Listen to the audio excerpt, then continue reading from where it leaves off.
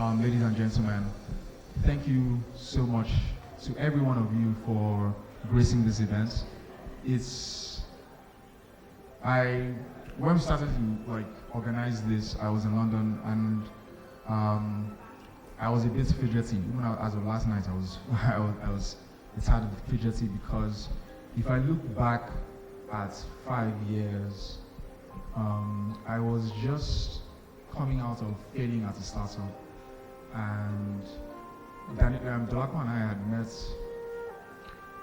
Well, let me rephrase. If you've ever heard me pitch to an investor before, you've definitely heard this story. And this story goes the same way every time I pitch it. 5 years ago, Dolakwa and I decided that we were going to do the tedious work of changing how Nigerians write. Because he swore that he would never pay rent 2 years in advance. Right. So at the time he was couch surfing with one of our mutual friends. And he just would disturb me about how to solve this thing. He's built this website and I'm a product guy, what do I think? We meet at parties, and he just keep going on and going on and going on about this thing. So today I'm CEO and most people think it was my idea, but it wasn't my idea. It actually was Dolakwa's idea. I was just the guy that came to execute it with him. So 5 years ago we met. He had already met a gentleman by the name of Mr. Onokoya, who is unavoidable absence. And Mr. Onokoya gave us our first shot. He gave us 2 homes for 8 rooms, and we sort of started this business creating co-living monthly payments. And from day 1 or from day 3, if I remember correctly, we started to collect rent and we started to figure it out from there. 2018, we took the road less traveled, and we bootstrapped for about 18 months, right? Again, as I said earlier, between 2 of us, or between him, myself, and my wife, we were sharing 1 car. So I'll go drop my wife at work, we try to maneuver, I have to give my wife back her car. And it was very, very humbling to build something from the ground up with nothing, right? I would not deny that we're both privileged, but we didn't lean into our privileges to solve this problem because we had to see what the common person was dealing with, right? So at one point in our lives, we were customers of our own products for a very, very long time. To see and understand every single thing that customers might have been going through, and it had to make sense to us. I remember one fateful evening, we had to go to a customer's place at 1 a.m. in midnight, right? Because we were the facility managers, we were the guys doing the invoicing, we're doing everything because we just wanted to make living much easier. And in that process taught me patience and hard work, right? My father would say something, hard work will not kill you, right? And it really doesn't kill. Fast forward to 2019, we met amazing people along the way.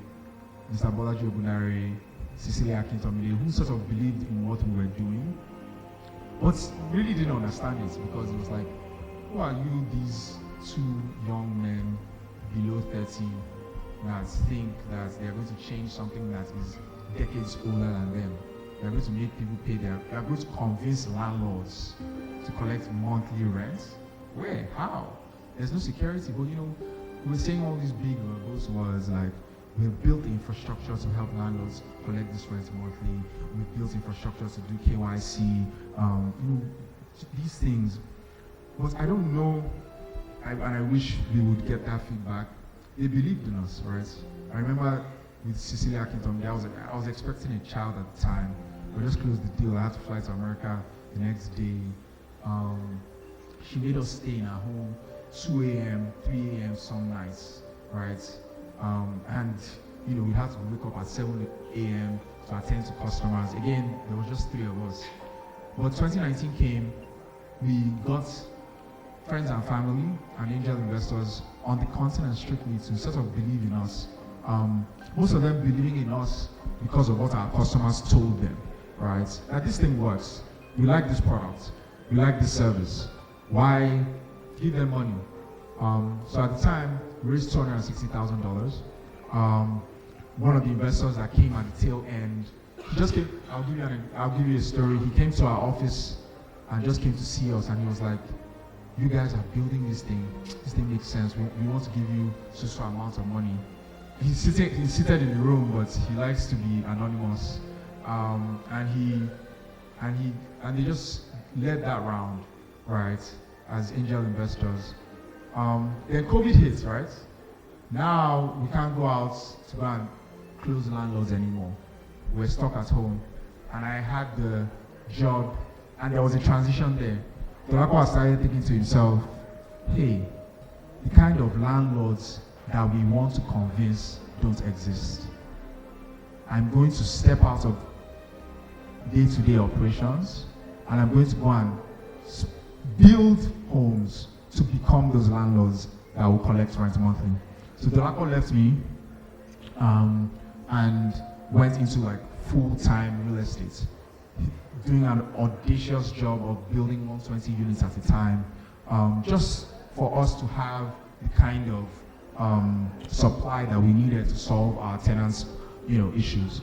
2020 came with its own challenges. It was the first time we had to fire people to their face. Tedious thing to do.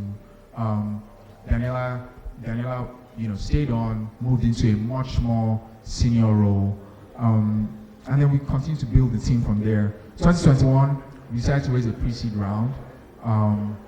It was a bull market, but then, to true fashion,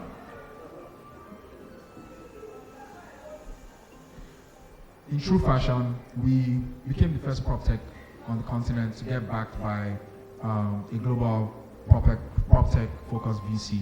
I had to move to New York, spend 6 months sort of figuring out what prop tech looked like on a global scale. If I dare say, we decided to take not just the fundamental solution of renting, which is very pivotal to our lives as young professionals, young business professionals, entrepreneurs, but we decided to take a whole industry on our back, right? And so we decided to take PropTech on our back. It's not, or at the time, in 2021, it wasn't a fancy thing, right? Everybody wanted to talk about the fintech, B2B SaaS, marketplace, but we decided that we would take this industry on our back and sort of lead the way for how, PropTech is done, on the continent. And then we raised the pre-seed. Last year, we were privileged to sort of also, right after raising that pre-seed, double down on our number of tenants, number of homes. And we started to think about the culmination of these things. Who are all these players that work in the renting space? They are agents, these guys that go around but don't really have processes to get you your homes. There's facility managers, the guys that want to undercut you, but also want to deliver and ensure you have good plumbing, good electricity. There are the landlords, people that have invested in this country, that have invested their hard-earned money buying real estate in this country and want returns.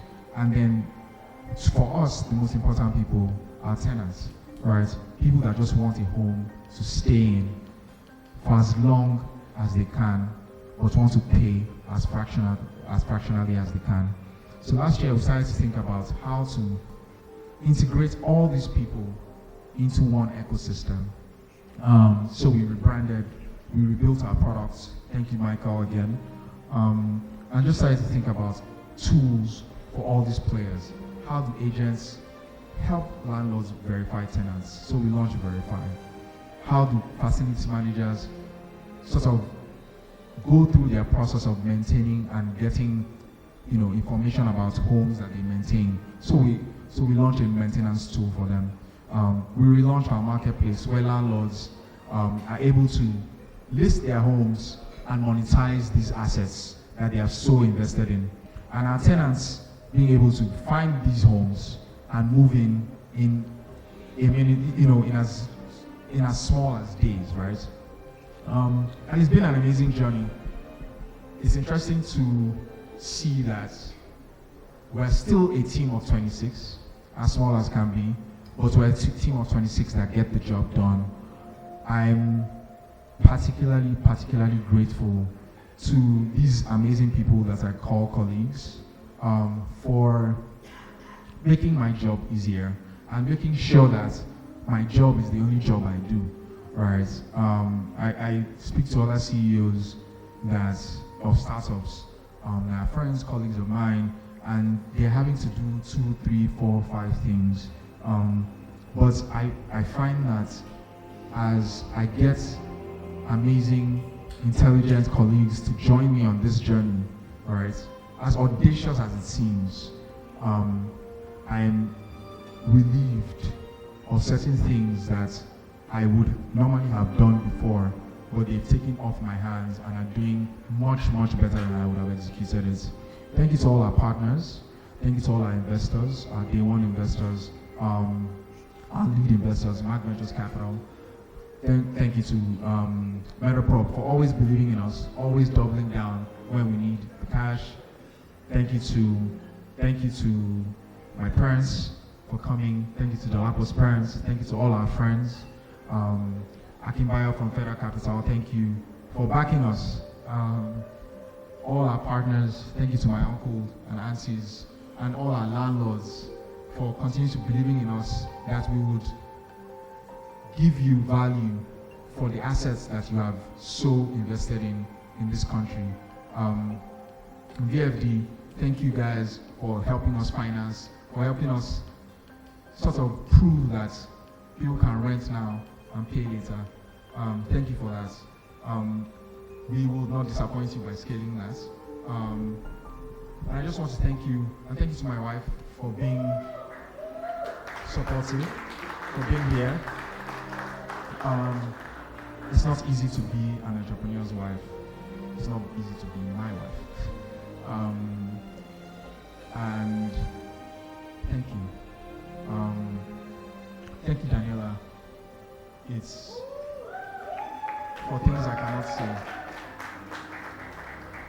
And thank you for having my back. Thank you for making me going around the world to capitalize this company worth it. Thank you for me not having to look back to wonder what operations looks like. Thank you, Dolako, for selling me that dream. Thank you for trusting me to execute the dream. Thank you.